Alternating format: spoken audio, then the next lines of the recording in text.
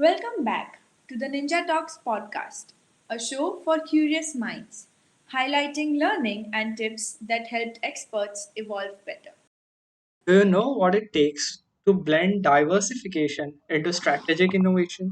Well, that's exactly what we are going to talk about in episode 13.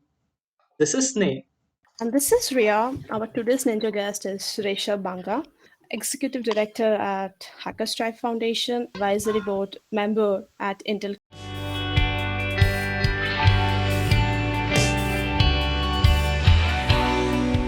Welcome, Rishabh. Welcome to our show. Thanks, Ria, for the great introduction. I'm happy that I'm able to join the podcast. Yes, we all know that you have a diverse involvement in communities, technology, in terms of mentoring people with early adoption of evolving trends.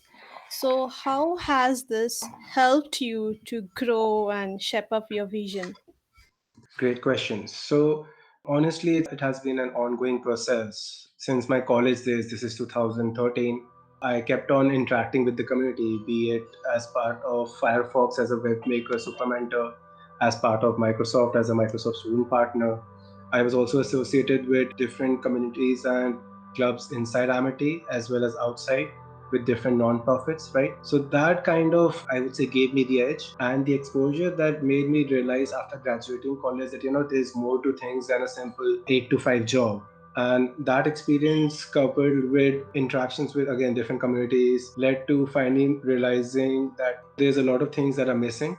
And that is how gradually, after working 4.5 years at Ericsson, I decided to jump ship and start my own nonprofit, which is Hacker Strike Foundation.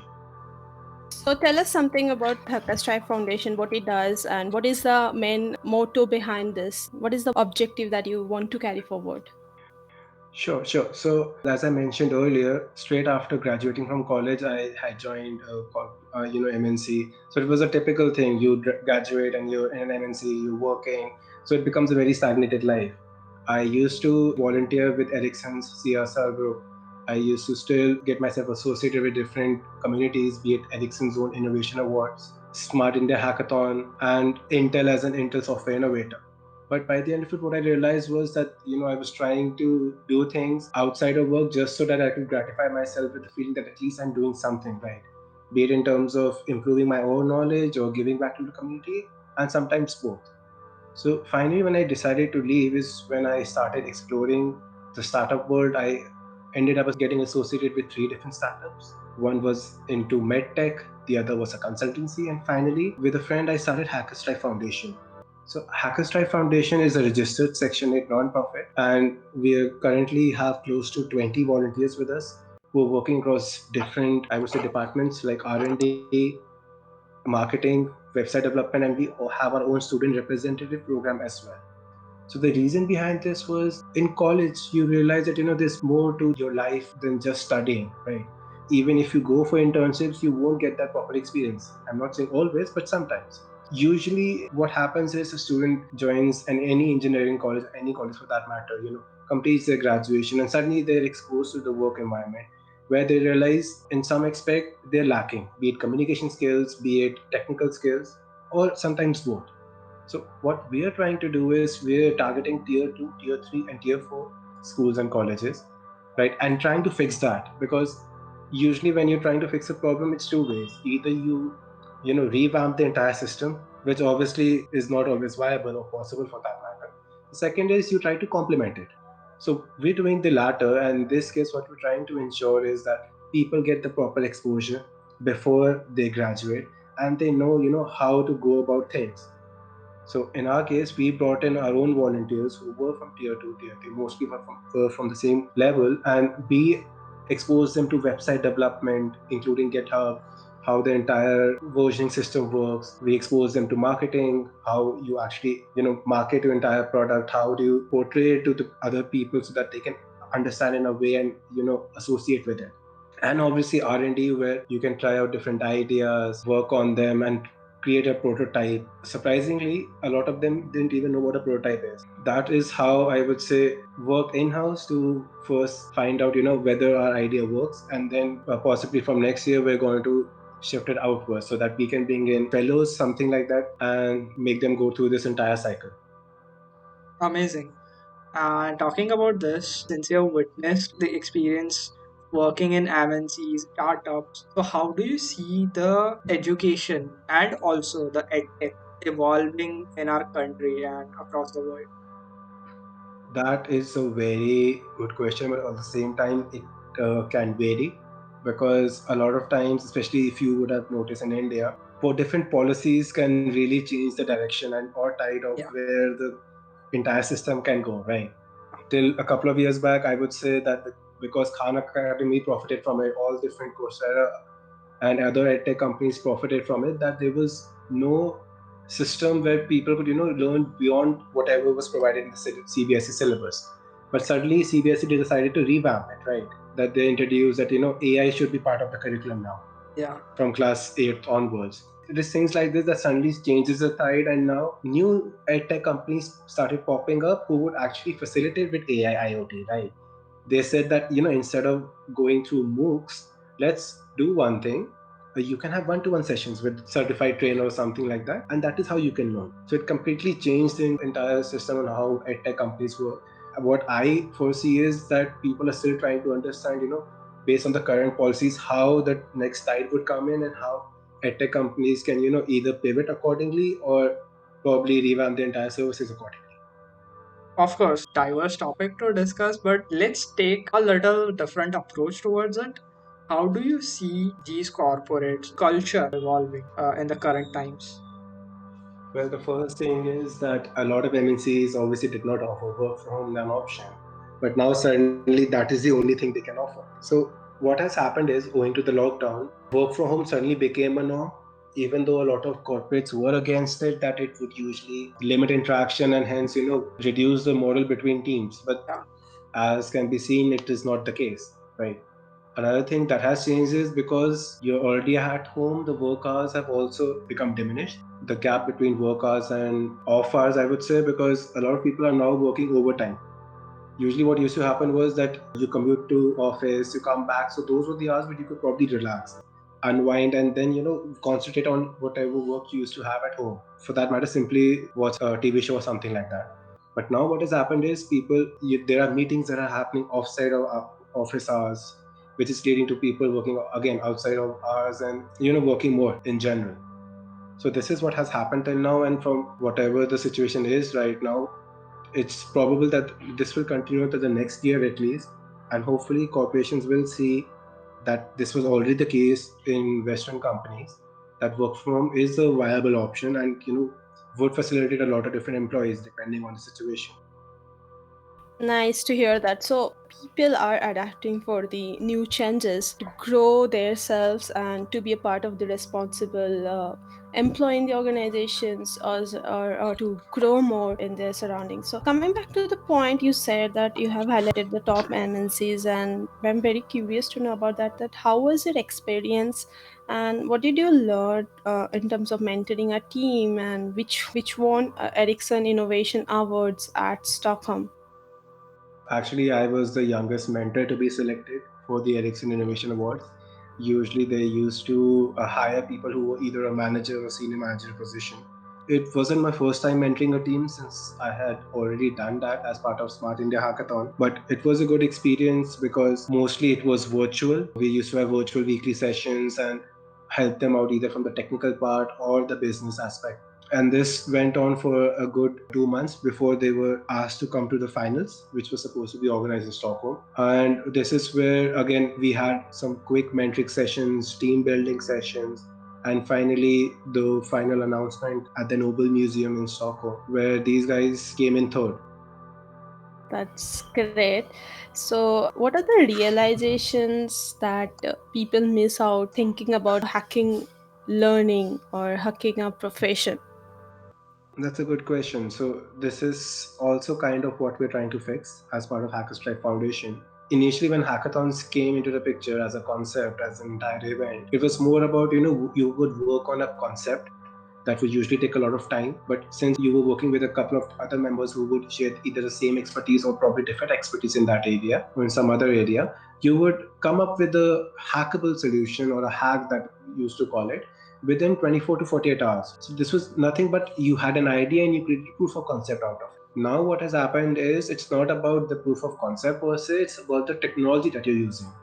Suddenly, if you're using AI or you're using NLP or if you're using any drone-based technology or blockchain, suddenly you're the most viable solution there, even though it may or may not benefit the society currently. So this is what we're trying to fix. We organize projects for good. That was our first own initiative where we organized a 2 weeks hackathon where at the end of the first week we had a session where we could discuss what has been your experience till now, what did you do, what did not work, and what are you planning to do for the next week. So this gave them an opportunity to not only work properly since they had more than 48 hours, but at the same time they could keep on iterating. If one approach did not work, they could obviously now shift to another approach, which is usually not the case in a 24 or 48 hours hackathon, because if the solution does not work in the 48 hours hackathon, then you cannot do anything. You have to show that solution only, or what would happen in the most cases is that people suddenly back up, that we're not going to present the solution.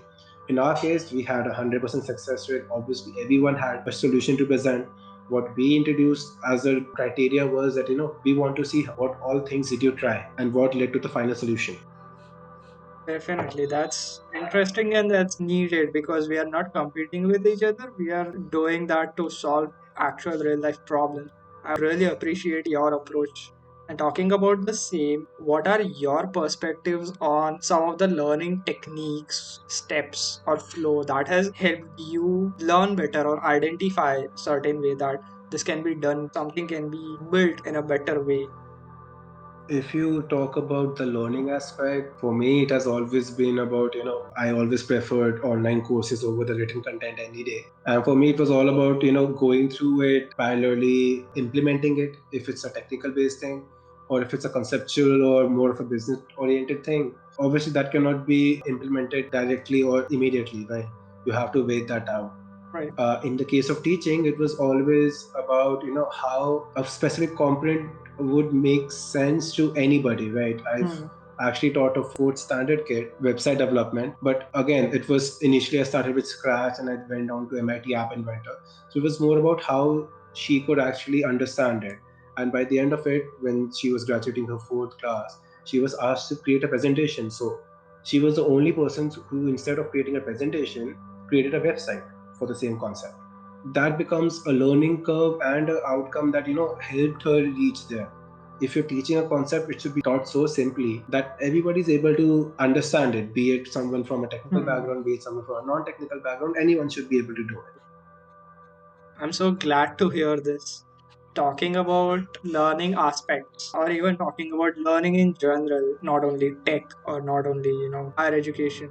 When we look at learning for life, really matters the most is what goes around us and what comes around us, like how we actually solve problem around ourselves. I'd like to hear from you your experience based on some of your involvements as a climate counselor for International Center for Culture and Education. Like, what did you do there? How you got involved, and what all activities have you carried out? Right, so that was one of the roles I picked up when I was in college. I came across this opportunity, and it was more of, that you have to advocate about climate change to your peers, organize sessions, organize workshops, if possible, have a street play kind of thing, right? And basically teach them what climate change is all about. And by the end of it, those people who actually got interested and opted for taking up that course were in the end had to take up an assessment. And if they pass, then they will get a certificate that, this person has gone through our course and they now know about the entire thing. So in my case, I was kind of this, I would say, representative. Obviously, I had gone through the course myself, and then it was my job to advocate it later on to Yeah. others. Wonderful. So, how was your experience interning at UNFPA, or how was the moment when you received an award from the Prime Minister of Netherlands for a hackathon jointly organized by UNFPA and Netherlands Embassy? I was Uh, graduating college and I realized that this is one of the things I haven't done till now, so I should do it. I randomly applied for a hackathon, and since again we had a lot of free time, I went for that. We created a team there itself and worked on an idea. Now, see, this is where the entire thing comes into the picture. What we made by the end of it was a very simple yet effective idea, and we won first prize against ideas which I consider were really brilliant.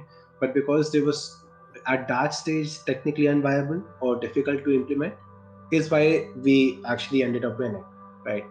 And that was honestly a very great experience plus a privilege, suddenly being selected as the winner. The Prime Minister of Netherlands actually congratulated us for that personally.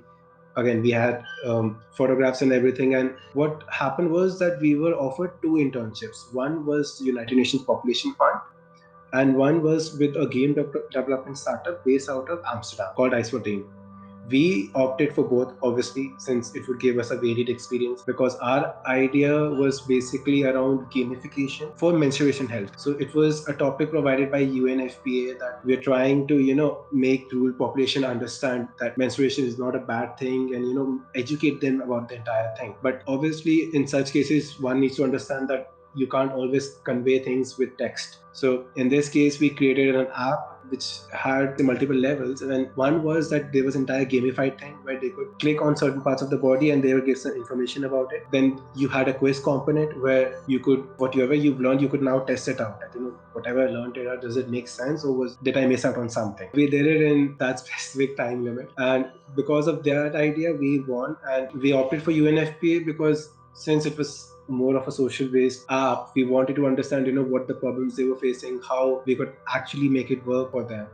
And at the same time, we went for the Amsterdam based internship where we learned more about the gamification concepts and how you can do storytelling via different components, a bit about the agile framework. So for 1 week at Ice 14 we learned a lot. I can actually resemble with my experience in hackathon as well. So, first hackathon, something which is highlighted very important aspect in humans' life. So, how did you crack this kind of opportunities, or so how did you hear about those kind of opportunities? Because based on the current pandemic situations, they are not able to figuring out how they'll execute or what are the ideas, how it will be accepted by the people, or where to apply, how to do that. Got it. So, number one, regarding discovering such opportunities, right? In my case, I would consider myself lucky since my targeted ads from Facebook and Instagram have always been about such events, right? That this event is happening, this hackathon is happening. So that's how I would usually find out initially. And once I started associating with different communities, that's what I would find out about these events that were happening. Regarding the entire process, I know it's a bit complex and usually doesn't work out. But if you think about it, it's as simple as whatever task you pick up in any day life, right?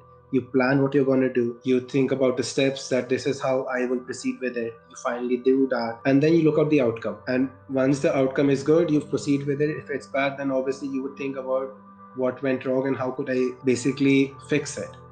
In a hackathon, it's kind of the same process where you already have a problem statement. So now it's all about, if it's a singular problem statement, obviously you're going to register with a similar idea.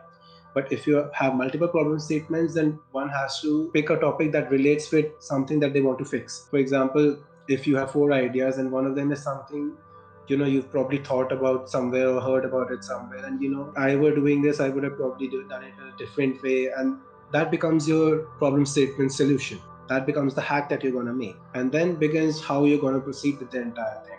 Now, from a technical aspect, it could be now I have to worry about the front end, the back end, how both of them are going to interface, how the user experience would be, etc., etc., etc. From a non-technical perspective, it's more about how easy will it be for the user to use it, and what would be the best way to make it so that it becomes a feasible solution. Because again, this is something that Snake pointed out. It's not about competing, right? It's about fixing a problem.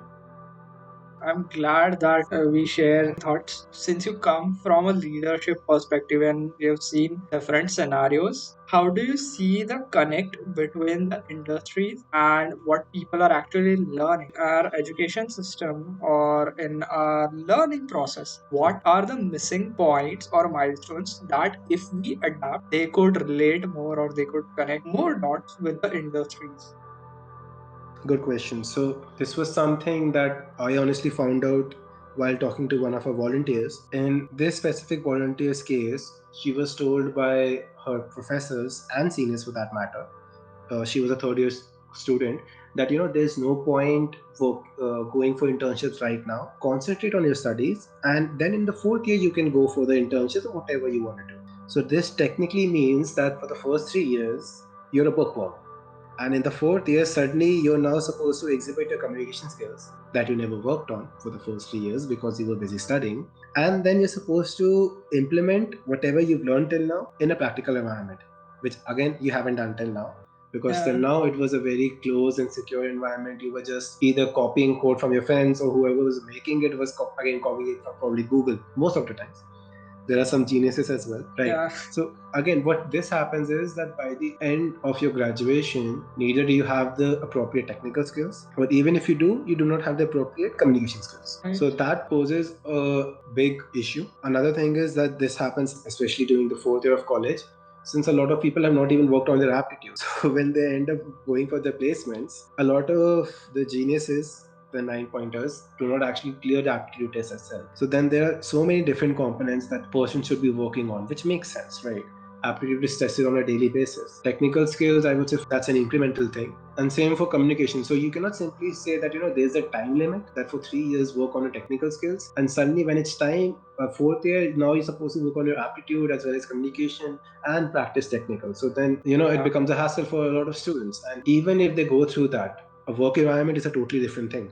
You're actually exposed to a lot of different more things that you Yes. weren't probably already exposed to. So a person is going to be overwhelmed. And there are going to be instances where a person who is, I would say, really good coder, really good designer, because of that underwhelming, overwhelming feeling, will not perform properly. I completely agree with you. On that note, what would be some of your memories, some of the things that you realized as a student, or some of the things that you felt, oh, I wish I could improve at this stage when you were a student? I used to experiment so much, explore so much. By the end of it, I would say I should have probably concentrated more on studies, because this is something I realized at the very end, that even if you have a really good profile, because by then I had already judged a competition for Microsoft, I was already a Microsoft student partner. I was associated with SAP, I was associated with Firefox. I had two international internships under my belt, another MNC based internship. But by the end of it, again, the first thing that people would look at was my CGPA. So for me, if I would think back, I mean, I was going on a good road, but probably should have concentrated more on getting better grades. My involvement with the non-profit called Umeed, so I got associated with them in 2013, and by the end of, I would say, 2014 or 2015 early, I was already heading one of their initiatives. So this was in conjunction with University Oxford, called Act for Change. Second would be, I guess you would count it as part of college life, the internship with United Nations Population Fund and the free trip to Amsterdam that we got to intern with the game development company. So those would be the two most. Third, I would say, would be for my final year project. What I did was, instead of creating a normal computer program, I ended up assembling a drone from scratch and made it interact with my Android phone. Yeah, these are the three, but I would say the third is on the top, because the expression of my friends when I flew it with my phone and the expression of the external facilitator was something. Your journey must have been a lovely experience. Yeah, it was. You have explored your hands in so many communities and diverse aspects. So people are not much aware of that this many communities exist. So what is the one piece of advice that you want to give to the young folk, that yeah, apart from the technical and improvement of non-technical skills, how networking is also important part? Good question, Ria. And that technically comes under the communication part that I was mentioning earlier. Again, for the first 3 years, you, in a given situation that I was mentioning, obviously this does not happen always, but it's always a good thing to, interact with your fellow peers, with your alumni. And again, owing to the current situation as well as how much we all are connected by our social media, it's very easy to connect with a potential employer, potential student, or something like that via LinkedIn as well. So what I feel is that a lot of people spend time online. So instead of doing it on Instagram or YouTube, probably, or Netflix for that matter, if they simply search for events online on Google itself, they'll actually get a lot of information, right? Now, in our time, there weren't so many sites, I would say, or weren't there at all. But now there are specific sites where people can simply go and look at the next event that's happening. That's true, and I completely agree with you as we also share the same background. I have also learned things from the community as an event organizer, as a volunteer. So, one thing I want to highlight here, as you said, social media has pros and cons, right? Instead of people using Instagram, Facebook, we can actually leverage those platforms in a better way or for our self improvement. So, what is the one motive that acted for you or all of us over here that you want to highlight? What we used to do or still do with Hackers Tribe is that what we realize is that since a lot of people who we're targeting, right, mostly schools and college students, they're not that active on LinkedIn or Facebook, but actually on Instagram, right? So what we started to do was we started, throwing in some memes with our content to basically make it, because it kind of resonated with the entire population, because at this point everybody wants to talk about memes, right? That is the very new thing. So if you can create a really good meme, I would say, on Instagram, or probably a very good reel, then that kind of also helps relate with the audience, and even something that can be shared, kept on sharing. Social media in itself, as you mentioned, Ria, can be a positive or a negative thing. It's all about how you utilize it, either from a personal perspective or from an organizational perspective. This is when I realized that there's so much to explore, except from the entire, I would say, studying part, from the technical part. That there's so much to explore around yourself as well, be it the surroundings, be it the interactions, or whatever. This is what I realized, that owing I was already 2 years into Ericsson, and the interactions that I was having with people had suddenly diminished, right? So suddenly going out for that made me realize that why I actually ended up with Ericsson, what I was doing till now, and that gave me, I would say, a fresh perspective that what should I have been doing and how I can actually fix that. Now, when I was scuba diving in 2018, that was a totally different experience, because then you realize that there's more to this world than just humans, right? There's a whole different world where people have exploded, humans have exploded, but not as much, right? And which is a good thing, right? That science and innovation are a good thing, but at some point you realize that there are some things that are best left untouched and in their natural habitat. Absolutely. Wonderful to hear that. It's an amazing experience. I can sense Yeah, that because me and Snape both are sports lovers. So yeah, nowadays we miss due to pandemic and all. yeah. But yeah, it's a lovely thing. Glad to know your experiences, Rishabh. It was lovely to host you on our show. Thank you, Rishabh, for joining us. And that's a wrap of another insightful episode 30 on the Ninja Talks podcast. Stay tuned for more exciting episodes. Follow us on Instagram, Twitter, and LinkedIn at the rate the Ninja Talks. Till then, signing off.